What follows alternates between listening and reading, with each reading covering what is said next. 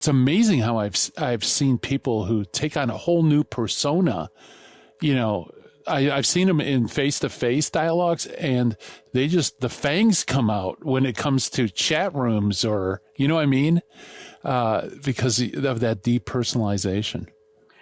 So I think back just last week, I believe it was last week. I don't know. I'm getting old. Time doesn't make much sense anymore. Gavin Ortland and Trent Horn had a debate about Sola Scriptura.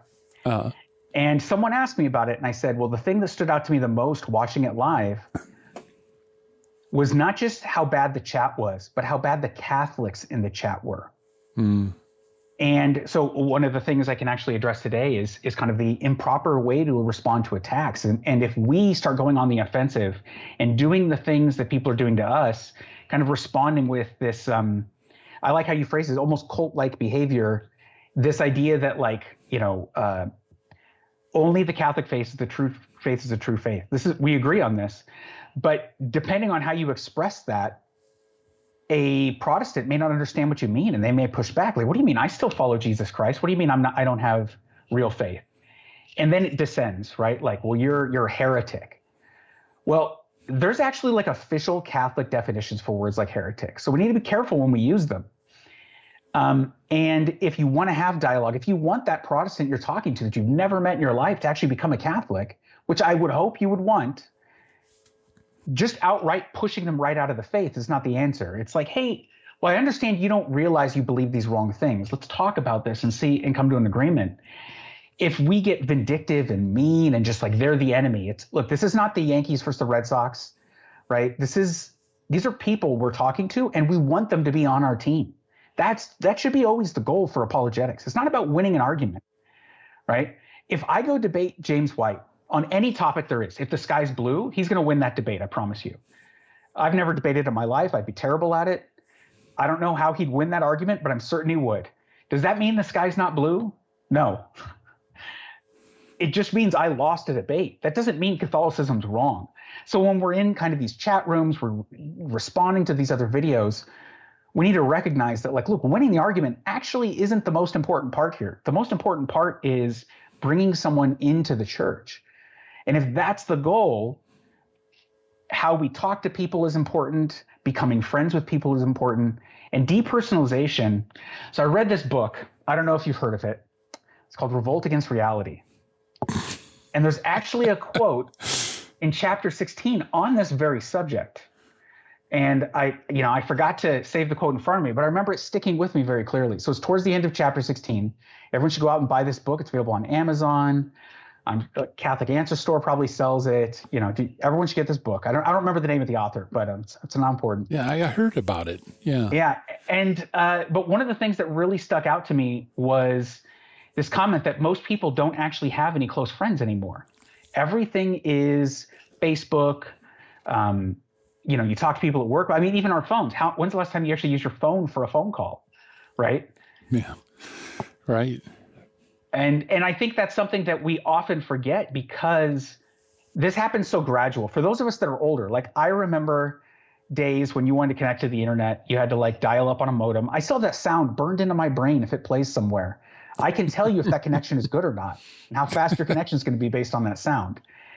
But this is something that like a lot of people, my kids, they've grown up, they've had the internet their whole lives. To them, internet friends are as important or even more important in some cases than actual like in-person friends. That's dangerous. Sure enough, I do have the quote in front of me. A growing percentage of people don't know anyone who truly knows them well. Despite all the connectivity, they feel isolated. It's a really great quote. I don't know if it should be on a poster maybe with like one of those kittens or something. Like you should consider this.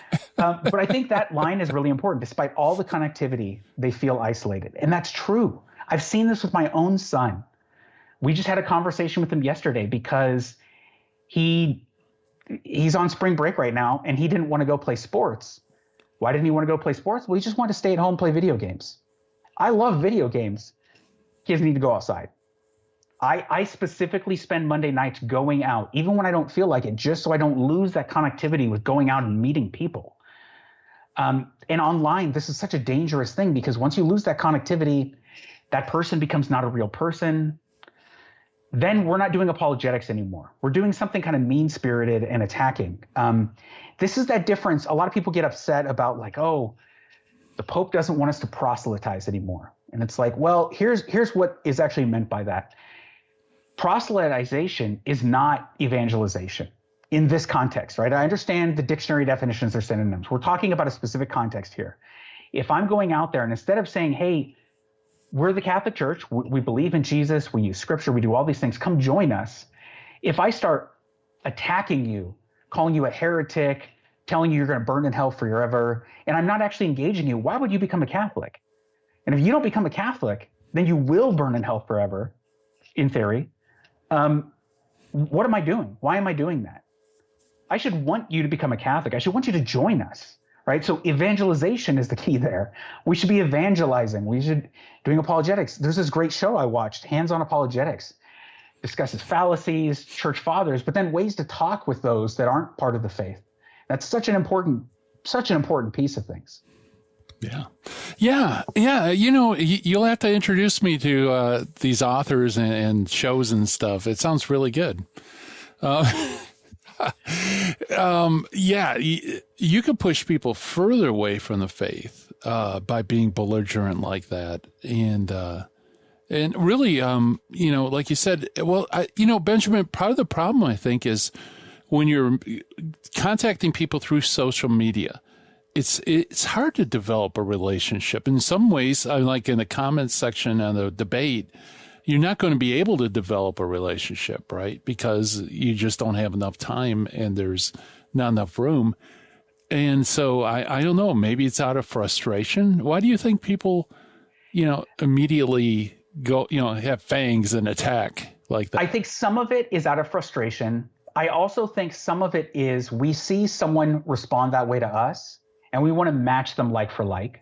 Oh, right. Yeah. So you were mean to me or you were mean to Catholicism. Well, I'm going to be mean to you, or I'm going to be mean to atheists or evangelicals or whoever you're responding to.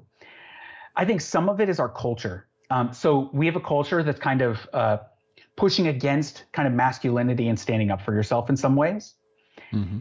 And that's bad. Right. There's a great book about this, Revolt Against Reality, Gary Michuta. You can find this on Amazon or any place you buy books.